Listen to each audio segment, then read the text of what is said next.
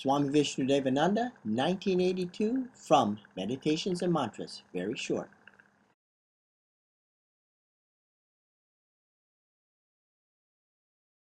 So some people's intellect is very bright. If intellect is the conscious, then we all must have the same type of reasoning mechanism, same type of experience, same type of thinking, but we are not. We are always quarreling each other because each of our intellect says something else. So that, because of why their intellect is experiencing different and of the same object or same understanding, because the reflection is depending upon whether the intellect is pure or impure, or how much it has been darkened by various types of emotions and other sheets. If a person is more emotionally involved, his intellect will only shine in that way, like a small rough glass, not as a pure fine mirror, or a reflection coming from a polished surface and unpolished surface. It won't be the same. Reflection coming from this carpet, and if it's coming from another polished surface like the white, is different. So all the intellect reflects itself. According to that, we say, oh, he is very intelligent. He is not so intelligent, he is stupid. You are only talking about the reflection. That means the intellect itself is not self-luminous. If it's self-luminous, we'll be always having the same experience and same understanding.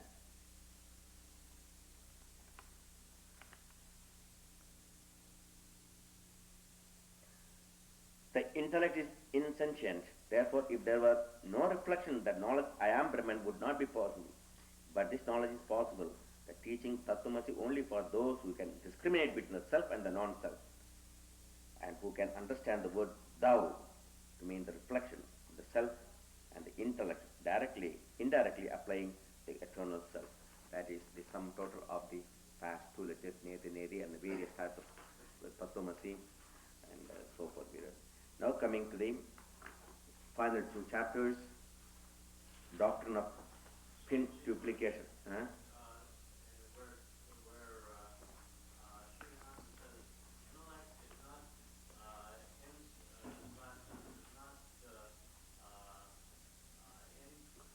Conscious, insentient. I don't understand what that means. Because if there is any life force, that means conscious. Consciousness is the nature of awareness. At present, I am aware. What? I am aware of as what? Intellectually analyze, I am aware of as Swami Vishnu. The moment I want to think in any terms and explain to you, I am Swami Vishnu, the great yoga teacher. Madalasa, you know that? Yeah. See? The intellect is always identified with certain sheet. The consciousness identified through certain sheet. So when it identifies with intellectual sheet, reasoning, that's called more reflection. It can also reflect in the body of a matter. But here there is no mental function, though there is atomic memory there. So the reflection, that reflection, you don't call it reasoning. You call it unconscious. Well, the word insentious is the word that I didn't understand. Yeah. It is something which you... No, not unconscious. Whenever there is a feeling, awareness, that is, though we call this unconscious, it has got a feeling, awareness, atomic memory. You call it that unconscious, but from that point of view, it's not unconscious. In the animal kingdom or vegetable, you call it subconscious, the same experience. And in the human, it's called individual conscious. That's intellect, reflex. Now, let us take the meditation mantras again and go to the chapter.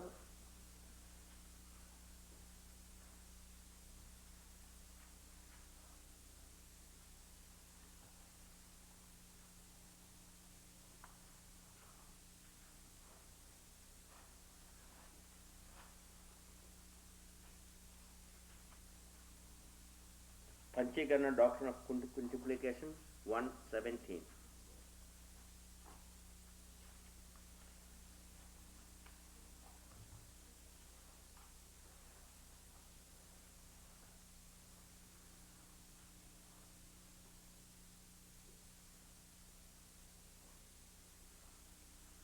we are going to somehow finish this, and we'll explain how the Mahavakyas and Tattvamasi, how to find the meaning for Tattvamasi. I like to lay chintana, which is meditation by thinking rather than sit still in the thought waves, the doctrine of quintuplication. There are two ways. In Raja Yogas, Chittavritti Nirodha, still the waves of the mind. Quintuplication is by dissecting, actually, literally you break it into parts of everything you can think of. And then after dissecting everything, then what is left, that's called self. So this quintuplication is the process by which we find out what is Atman. It further develops the concept of absorption of the gross into the most etheric by breaking down the components of the body. Body means body and mind, or the upadhis, and functions into 5 basic elements called tanmatras. Underline that word, tanmatras, you must learn that word. The 5 basic elements called tanmatras. What are tanmatras? Earth, water, fire, air, and ether. So everything can be broken into 5 elements, basic elements.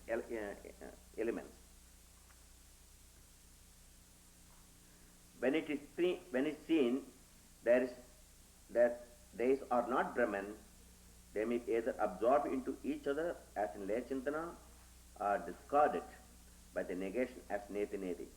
First of all, you have to find out what you are going to discard or what you are going to absorb. In the last one, in the previous chapter, you saw the different ways you can meditate, practical way. Lechintana, the absorption, you saw that. The last one is absorption. In the previous page, you will see 115. And the cause, the effect is been drawn into the cause. And again, that cause has been absorbed into its own cause, and so on. This is called Lechintana. But to find out how can we withdraw and what are the nature of these various elements which we have to absorb, and that's called quintuplication. This will give you a complete technique of breaking down these 5 tanmatras into different elements, and your body and mind are made up of these. And so by knowing that, you can do Lechintana, or direct discarded by negation, as in the Neti Neti. In either case, one arrives at the self, which is beyond them all. To this end, the doctrine of quintuplication is applied. According to this ancient theorem, owing to ignorance, one identifies with the physical body, which is made up of 5 basic pure elements: Akasha, ether; Vayu, air; Agni, fire; Apas, water; and Prithvi, earth. And it's not just Prithvi, earth means solid, merely physical earth. Anything solid is earth, anything liquid is water, anything fire, energy, is air, anything Vayu, gaseous nature, is air, anything ether, primordial matter, before all atoms came into existence, and that energy is called ether, and before that is before the 5 elements is called the mind.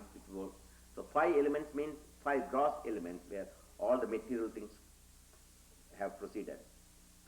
These undergo permutations and combine with each other in definite proportions. This is what Vedantic theory. There is no absolute one element anywhere exists. Even in this, there is element of water, element of energy, fire, element of ether exists. So there is no absolute pure matter anywhere. It's all proportion, a certain proportion, it is combined. At that time you call it matter or water or liquid. So now we are going to find out what proportion and what is the proportion of how the things are created. So these primal matter, the 5 elements, undergo permutations and combine with each other in definite proportions. This is called quintuplication. Thus it is said that wherever there is hardness in the body, it is due to the portion of the earth. Where there is fluidity, is due to the portion of the water. Body warmth is due to the portion of the fire. And movement to air, our body movement is because of the ability which is in the air. The air always moves. The quality of space found in the body is attributed to the ether. These differentiations are also the basis of Ayurvedic medicine. That will come to some other time. three most gross elements, earth, water and fire, can be easily experienced by the five senses. We can see earth, solid matter; water, we can see the liquid, not only see and drink it; fire, energy, you can also feel the body when you touch, body is warm, and also you can feel. So to the five senses, these basic three elements, we can feel it and perceive it. All the air cannot be seen, it can be sensed indirectly through smell and hearing. That's what we know, that you hear my voice because there is air molecules is disturbed due to my voice, and that is reaching your eardrum and creates a specific wavelength, specific motion. So you know there's air, and also the feeling when the wind blows, and when I breathe I know the existence of the air. But I can't see it, but also I can smell it when there's some fragrance coming, because it is coming through the air molecule.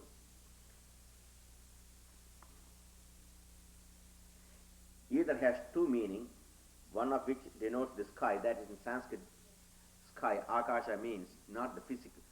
Ether, scientific matter, it is called sky, and that space is called ether, the akasha.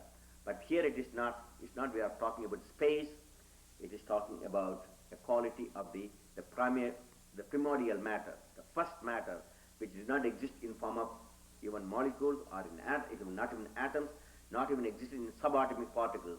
It exists only in its original state.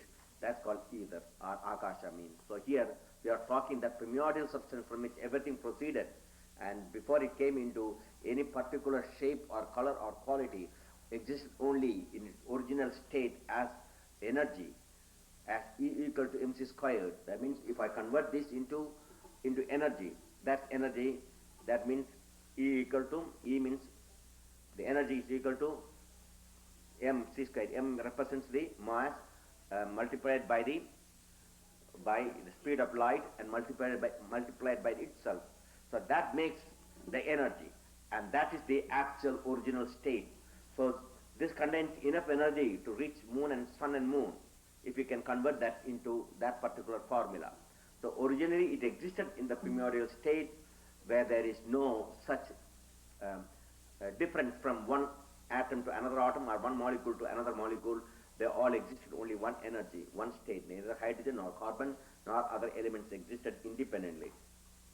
That's called ether, or akasha we call it here in this particular. Ether has two meanings, one of which denotes the sky. Ether means akasha. When used as an element, however, it signifies primordial energy or the primordial cloud. In the process of creation, primordial energy came first. Before the primordial energy came first, what is that first? Next, before that, what was called? The cosmic mind. And before that, it is called Shakti, Avyaktam, which is one with the Shakshiva.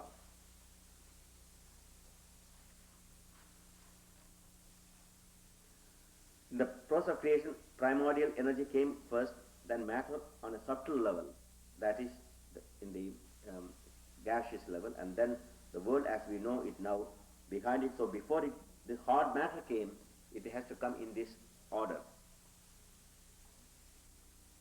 It's also known as Maya Shakti, the power which is both veiling and projecting.